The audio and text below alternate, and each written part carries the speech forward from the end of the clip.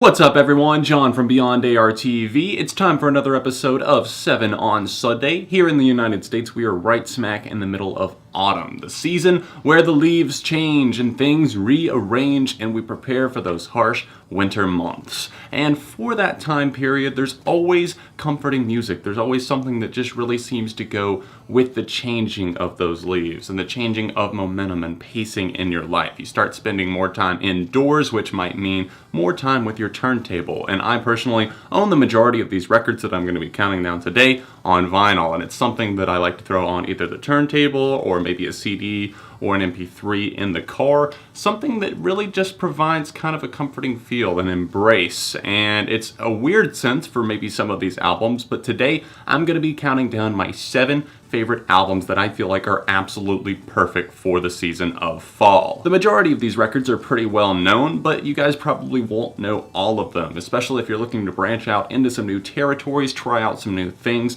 I cannot give these albums enough praise. Let's go ahead and kick off our countdown with my number 7 pick.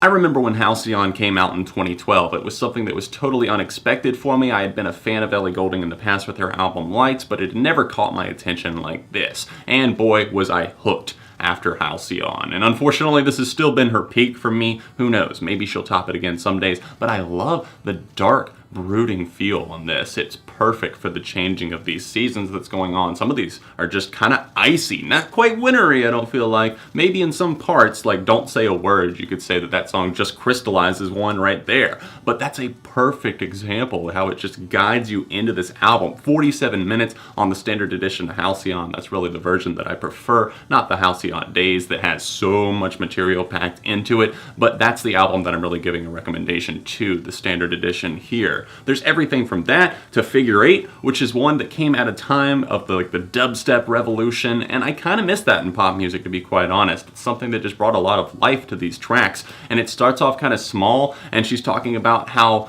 you know, a lover will hold on to anything, will look for any reason to stay with this person or stay in this mindset, and then it has these big bass drops and these huge electronic flourishes. We see everything from that to the more calm and meditated pieces like Only You, which is probably my favorite in the 2010s from Miss Goulding right there. If you're not into that track, I don't know. It's just so mind-blowingly good to me. It's something that I could listen to over and over again on repeat. So you've got everything from that to the more calm and serene single that is kind of like coming out of summer into fall, in my opinion. Anything could happen. Just a really soothing and uplifting single that I thoroughly enjoyed. And the more heartfelt tracks like Explosions and Joy that just bring a lot of life. I think there's so much that this album has to offer, and it works perfectly for fall. Turn off your mind, relax and float downstream.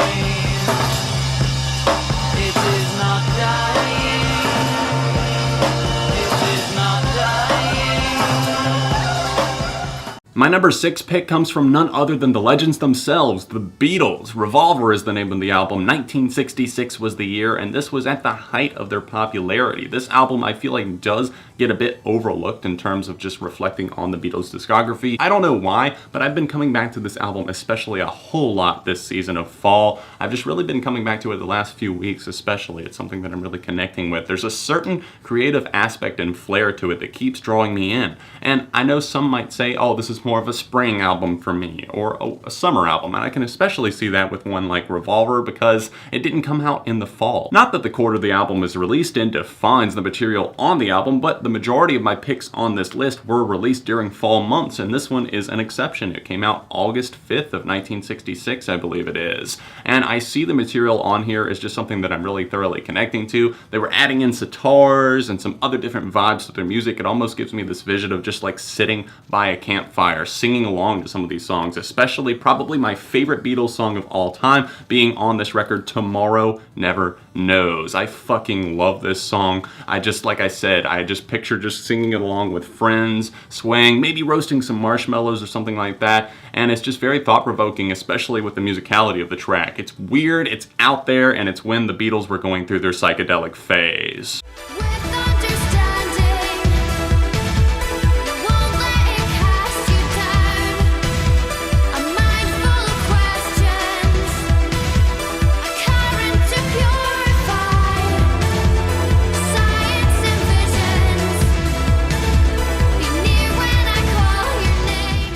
My number 5 spot goes to the album The Bones of What You Believe by synth-pop trio Churches. This album is fantastic. It came out in the fall of 2013, and I was really impressed, especially for a debut album. I was addicted to playing The Mother We Share and tracks like Lies as well, so obviously I had to check it out, and it just really brings this tangible feel. I almost considered putting an album by Purity Ring on here just because they have similar vibes on some of their tracks, but I went with The Bones of What You Believe just because this is one that I've connected to through and through, in an album that I come back to even more than that Purity Ring effort that I was referring to that came out in 2012. We've got moments like Gun that are just sprinkled in with this electronic production, but have such an earnest passion from lead singer Lauren Mayberry. She's fantastic behind the mic. She feels very humble and small in places, but she's also not afraid to stand up for herself, and we see that more and more as Churches have grown as a band, as a trio, and with their album Every Open Eye as well. But this is one where we saw that kind of naivety and the innocence and the wide-eyedness in a way, but on the other side of the fence, they also know that they have to be harsh in places, stand up for themselves, stand up for others, and then they also have kind of a comforting feel. The Mother We Share, that's one that just gets stuck in my head over and over again, and it's got that kind of raw synth pop feel to it, very polished, but at the same time you kind of feel like you're in the room with these people. It all feels very, very genuine. Basically what I'm saying is that these guys use the 80s in all the right ways. 80s synth pop galore meets modern production and synthesizers, and you've got a fantastic record on your hands. I highly recommend tracks like Tether, which is 80s ecstasy, The Mother We Share, obviously, Science and Vision, Night Sky, By the Throat, We Sink, a glorious build-up one right there. Just a ton of synthesizers and a lot of glam on that track. Can't give enough praise to The Bones of What You Believe. I love these roads where the houses don't change,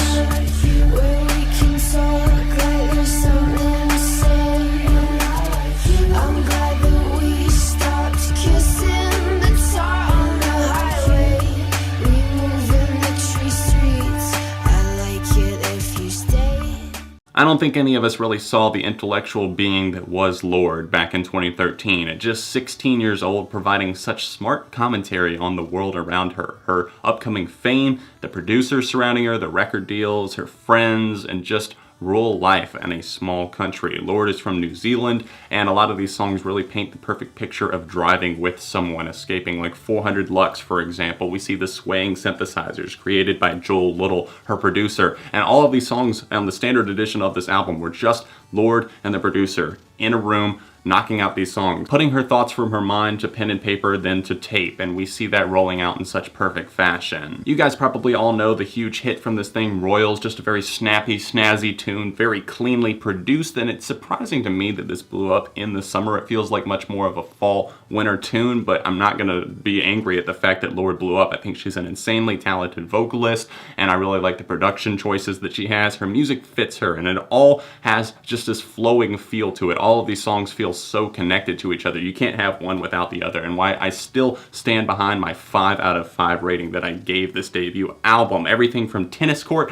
which is a little bit more in your face, calling people out, and those buzzing synths, and how that all the way circles around to the final song here, A World Alone. People keep talking, let them talk. She reflects on childhood memories, on Ribs, and then White Teeth Teens kind of showcases what all is going on in her friend group and like how she's kind of running things, and then Gloria and Gore kind of highlighting what's going on in the music business maybe, and how she sees things and what it takes to get to the top, and then summing it all up on A World Alone. People are going to talk about you no matter what, so why not just continue doing you? And I like that fame doesn't seem to have gotten to Lorde's head. Hopefully we can get another album from her at some point. Please, Lorde, please. No, not Lorde, Lorde, like the singer. Silver Lake, the California sun cascading down my face. There was a girl with light brown streaks, and she was beautiful, but she didn't mean a thing to me. In a way, it kind of sucks that Death Cab for Cutie turned out their best record of their career so early on, and that's not slamming their new material by any means. They've put out some great records. You guys know I really enjoyed Kintsugi for the most part. I thought it was a really fantastic release, but topping Transatlanticism, I just don't know if it's going to happen at this point. Ben Gibbard and company put a fantastic effort into making this one. It's a very musical and reflective album, and there's a certain tone to it. Like I said, it's perfect for fall. This came out in October of 2003. It's hard to believe that 13 years have gone by since this album came out. I was 11 at the time of this album's release, and I didn't hear it for the first time until I was like older in high school, maybe like 16, 17, and I didn't really start connecting to it until like maybe 21, 22, to be quite honest. Transatlanticism is something that I can sit down and listen to, and while there is hope packed into some of these tunes like The New Year, there's still a very dark, contrasting, and kind of airy element to it as well that really makes you ponder and think what exactly is going on with these songs, especially ones like The Moving Tiny Vessels,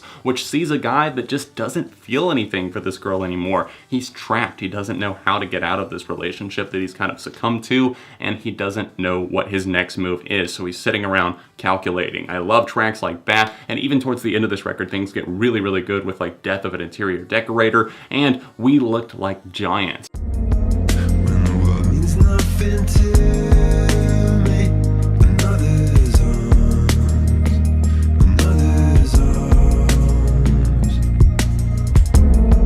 When the pain just rips right through me, another's arms. Chris Martin and ex-wife Gwyneth Paltrow were going through some stuff. Obviously, divorce was in the air, and he was writing this album at that time. And while there are plenty of guitars, they're a little bit more sparse and scattered than normal. There is an electronic swaying production from people like Avicii and John Hopkins really working their way into this album. And minus A Sky Full of Stars, I love every single song on this project. And I get why A Sky Full is still on the album. It's like that uplifting one, the hopeful one that makes him think of this former time whenever he was so happy, but the majority of these tracks are just reflecting on other things, like Ink, where he's talking about just this tattoo that he has, you know, together for life. It has hope in the vocal department, but it kind of contrasts that with the dark lyrical theme and scheme of the tune, and we see with like Another's Arms, and even Always in My Head, where he's constantly thinking about her. He's going through this thing, and it focuses a lot on the atmosphere. It builds up and just sees Martin soaring into falsetto ranges, really just pondering.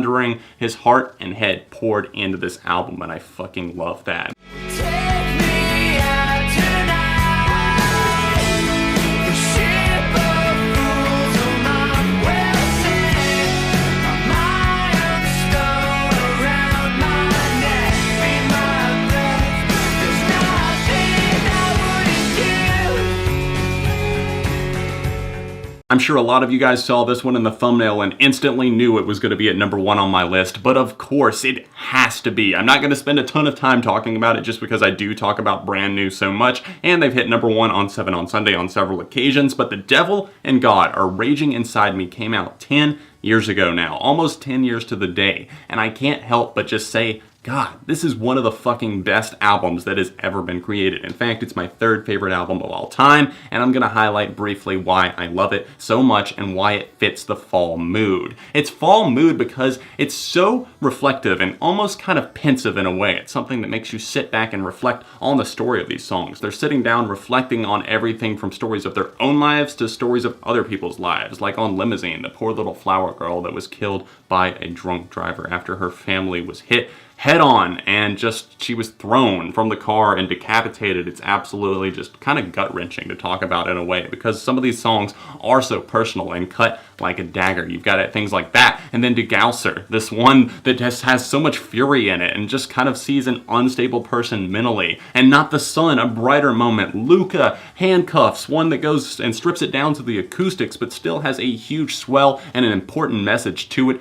Every single song on this album is just so good. I think a prime example of why I originally felt like this was such a fall album, Sowing Season. This album obviously came out in the fall, but Sowing Season is just such a reflective moment, and obviously there's a ton of fury packed into the song as well, but Jesse Lacey is just singing, losing all my friends, losing them to drinking and driving, losing all my friends, but I got them back. And it's just kind of something that sees him murmuring, and I feel like almost like a crackling fire should be in the background here, because then that roaring flame just comes to life as he shouts, yeah, and obviously the chorus just rips you a new one. That kind of dark, looming, and almost chilling feel builds up inside of you more and more as you listen through this album. Tracks like Millstone, Into Limousine, and Degausser, and then obviously later in the album, Archers and Handcuffs. It's something every single song has so much thought and just power behind it, it's impossible not to listen to it over and over again and just reflect on the album's true meanings. I hope you guys enjoyed enjoyed this episode of 7 on Sunday about 7 albums that are perfect for fall. Let me know some albums that you come back to during this season in the comment section down below. And don't forget to drop a like on this video if you did enjoy it, help support the videos, and subscribe to the channel if you have not already, because friends,